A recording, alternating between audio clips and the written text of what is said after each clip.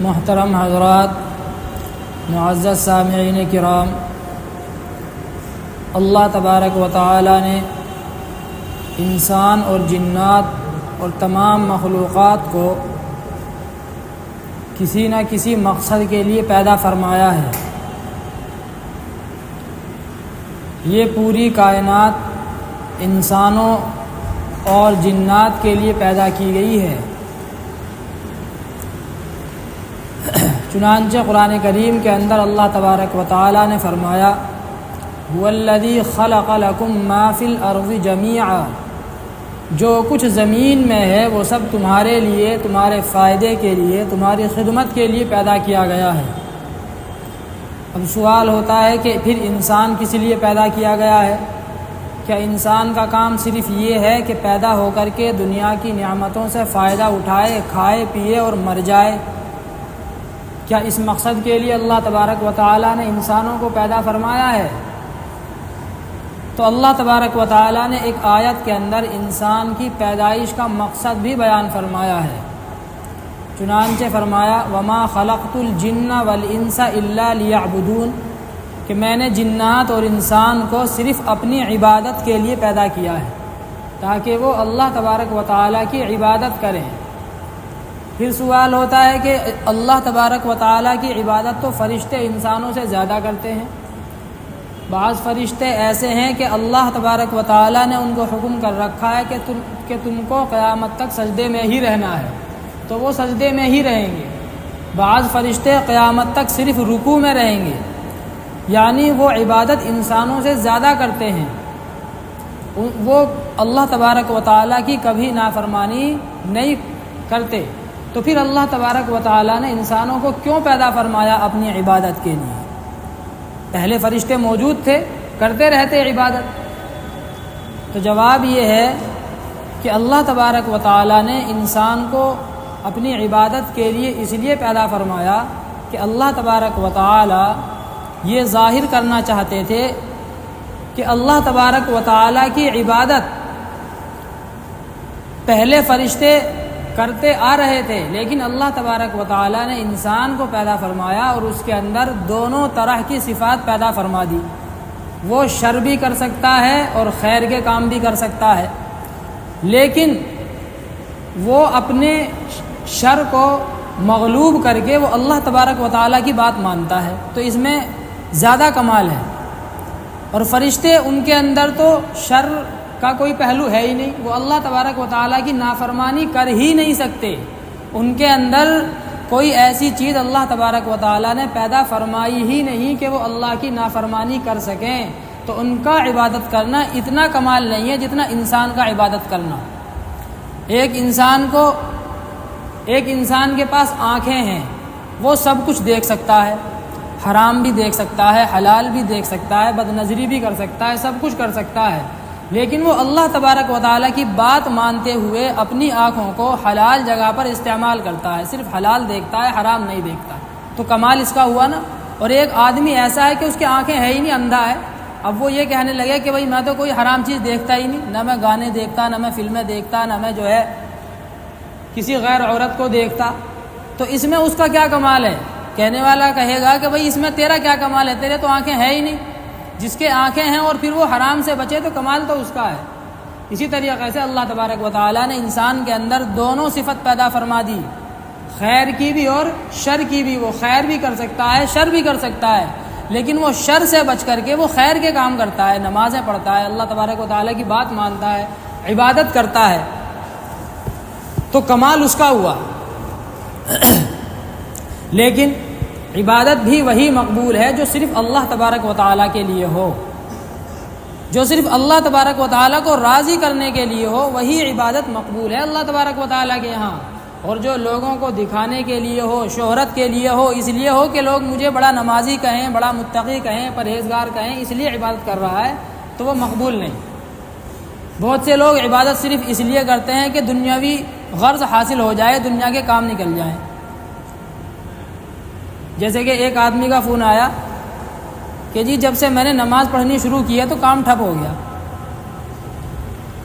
نماز یا کوئی بھی عبادت وہ اس لیے نہیں کرنی کہ میرے دنیا کے کام چلیں، کام چلے چاہے نہ چلے، عبادت تو کرنی ہی کرنی ہے، چاہے کام ٹھپ ہو، بیمار ہو، کچھ بھی ہو، عبادت تو ہر حال میں کرنی ہے۔ اگر زکوٰۃ فرض ہے تو فرض ہے، وہ دینی ہی دینی ہے، چاہے آدمی کے پاس پیسے نہ ہو لیکن سونا موجود ہے گھر کے اندر۔ بہت سے لوگ کہتے ہیں کہ جی زکوٰۃ تو فرض ہے لیکن پیسے نہیں ہیں۔ پیسے کیوں نہیں ہے؟ سونا چاندی کوئی کم پیسہ ہے، اسی کی اصل قیمت ہے، تو آدمی اس کو بیچ کر کے دے۔ بیمار ہے آدمی، نماز پھر بھی اس کے اوپر فرض ہے، اگر کھڑے ہو کر کے نہیں پڑھ سکتا تو بیٹھ کر کے پڑھے، بیٹھ کر نہیں پڑھ سکتا تو لیٹ کر کے پڑھے۔ یا اسی طریقے سے کام دھام نہیں چل رہا، بہت سے لوگ جو ہے قرآن کریم یا بعض صورتیں صرف اس لیے پڑھتے ہیں کہ میرا کام چلے۔ بہت سے لوگ آتے ہیں کہ جی میں روزانہ اپنی دکان کے اندر قرآن کریم پڑھتا ہوں، اس کے باوجود بھی کام نہیں چل رہا، دکان بالکل ٹھپ ہو گئی، کوئی گراہک آتا ہی نہیں۔ بھائی قرآن اس لیے نہیں ہے کہ جو ہے تمہارے کاروبار چلیں دنیا کے، وہ تو ایک لباؤ کی چیز ہے۔ جب انسان اخلاص کے ساتھ میں اللہ تبارک و تعالیٰ کی عبادت کرے گا تو اللہ تبارک و تعالیٰ اس کو خود بخود دیں گے، لیکن جب اس کی نیت میں پہلے ہی کھوٹ ہے، اس کی نیت اللہ تبارک و تعالیٰ کو راضی کرنے کی ہے ہی نہیں، اس کی نیت تو یہ ہے کہ میرا کاروبار چلے، میری بیماری دور ہو جائے، میرے بچے ٹھیک ہو جائیں، بس میری دنیا سیٹ ہو جائے۔ جب نیت یہ ہے تو پھر اللہ تبارک و تعالیٰ کو کیا غرض ہے؟ ہاں، جب انسان اللہ تبارک و تعالیٰ کو خوش کرنے کے لیے، بس اللہ خوش ہونا چاہیے، صرف اللہ تبارک و تعالیٰ خوش ہونا چاہیے، تو پھر اللہ تبارک و تعالیٰ اس کو دیں گے۔ بہت سے لوگ یہ کہتے ہیں کہ جی نماز پڑھ رہے ہیں، صدقہ زکوٰۃ بھی کر رہے ہیں، سارے کام کر رہے ہیں، قرآن بھی پڑھتا ہوں، اور اس کے باوجود گھر کے اندر بہت پریشانی ہے، تنگی ہے، بیماری ہے، یہ ہے وہ ہے، کام نہیں چل رہا۔ تو دیکھیے بہت سی دفعہ ایسا ہوتا ہے کہ اللہ تبارک و تعالیٰ بندے کو آزماتے ہیں۔ قرآن کریم کے اندر اللہ تبارک و تعالیٰ نے فرمایا وَلَنَبْلُوَنَّكُمْ بِشَيْءٍ مِّنَ الْخَوْفِ وَالْجُوعِ وَنَقْصٍ مِّنَ الْأَمْوَالِ وَالْأَنفُسِ وَالثَّمَرَاتِ وَبَشِّرِ الصَّابِرِينَ۔ اللہ فرماتے ہیں کہ ہم تم کو آزمائیں گے خوف دے کر کے بھی، وَلَنَبْلُوَنَّكُمْ بِشَيْءٍ مِّنَ الْخَوْفِ تھوڑا خوف دے کر کے، وَالْجُوعِ بھوک دے کر کے بھی، فقر و فاقہ، کام نہیں چل رہا، کام بند ہو گیا، ٹھپ ہو گیا، پہلے بہت اچھا تھا، سارے پیسے ختم ہو گئے، وَالْجُوعِ بھوک دے کر کے بھی، بھوک کی ٹینشن ہوگی آپ کو کہ میرے جو ہے تھوڑے سے پیسے ہیں، تھوڑا سا مال ہے، ختم ہو جائے گا، صبح کو کھا لیا، شام کا پتہ ہی نہیں کہ شام کو ملے گا نہیں ملے گا، یا ایک دن کھانے کو ہی نہیں ملا، حالانکہ ایسا کوئی ہوتا نہیں عام طور سے کہ اس کے پاس پورے دن میں کھانے کے لیے ہی نہ ہو کچھ۔ تو اللہ فرماتے ہیں کہ تم کو خوف دے کر کے بھی آزمائیں گے، طرح طرح کے تمہارے اوپر خوف آئیں گے، سیاسی خوف آئیں گے، دنیا والوں کے خوف آئیں گے کہ ہم تم کو ختم کر دیں گے، اسلام کو ختم کر دیں گے، مسلمانوں کو ختم کر دیں گے، نام و نشان مٹا دیں گے تمہارا۔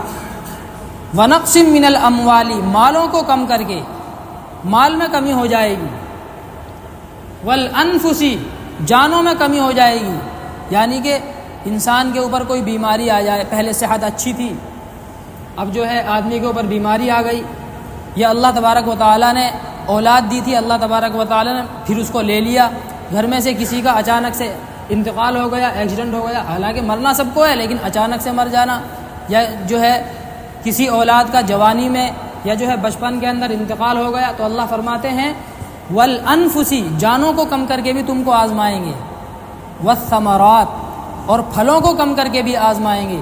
کھیت لگایا تھا، سارا کا سارا برباد ہو گیا، سیلاب آ گیا، آگ لگ گئی، یا کچھ اور ہو گیا، یا اسی طریقے سے آدمی کی کوئی فیکٹری تھی تو اس کا پھل کیا ہے؟ اس کے اندر سے پروڈکٹ نکلنا، کوئی بڑی دکان تھی وہ ختم ہو گئی، تو اللہ فرماتے ہیں والثمرات پھلوں کو کم کر کے بھی آزمائیں گے، وبشر الصابرین لیکن جو صبر کرنے والے ہیں اللہ فرماتے ہیں وبشر الصابرین صبر کرنے والوں کو خوشخبری دے دیجئے۔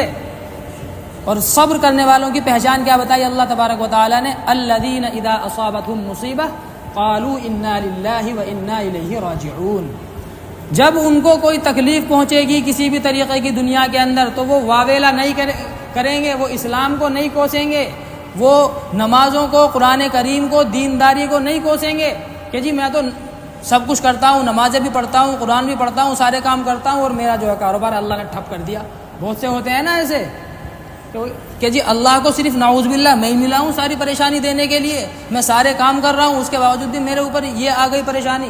تو اللہ فرماتے ہیں ان کی پہچان یہ ہے الذین اذا اصابتهم مصیبہ، جب ان کو کوئی مصیبت پہنچتی ہے تو وہ کیا کہتے ہیں؟ قالوا انا للہ وانا الیہ راجعون، تو وہ کہتے ہیں کہ ہم تو اللہ کے ہیں۔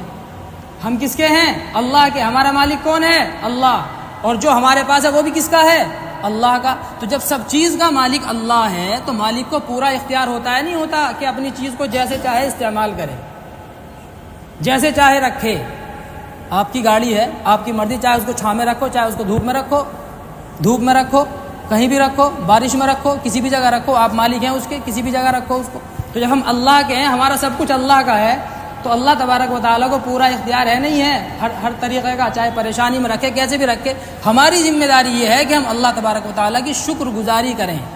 اللہ فرماتے ہیں لئن شکرتم لازیدنکم، اگر تم شکر گزاری کرو گے میری، لازیدنکم، تو تم کو اور زیادہ دوں گا، ولئن کفرتم ان عذابی لشدید، اور اگر تم ناشکری کرو گے تو میرا عذاب بڑا سخت ہے۔ اللہ تبارک و تعالیٰ کی ہر حال میں شکر گزاری کرنی، اور شکر گزاری کب آئے گی؟ جب ہم اپنے سے نیچے والے کو دیکھیں گے۔ میرے 2 پیر ہیں، چپل بھی ہیں ان میں، اور اس کو دیکھیے اس کے تو پیر میں چپل ہی نہیں ہے، اور فلاں کے پاس پیر ہی نہیں ہے۔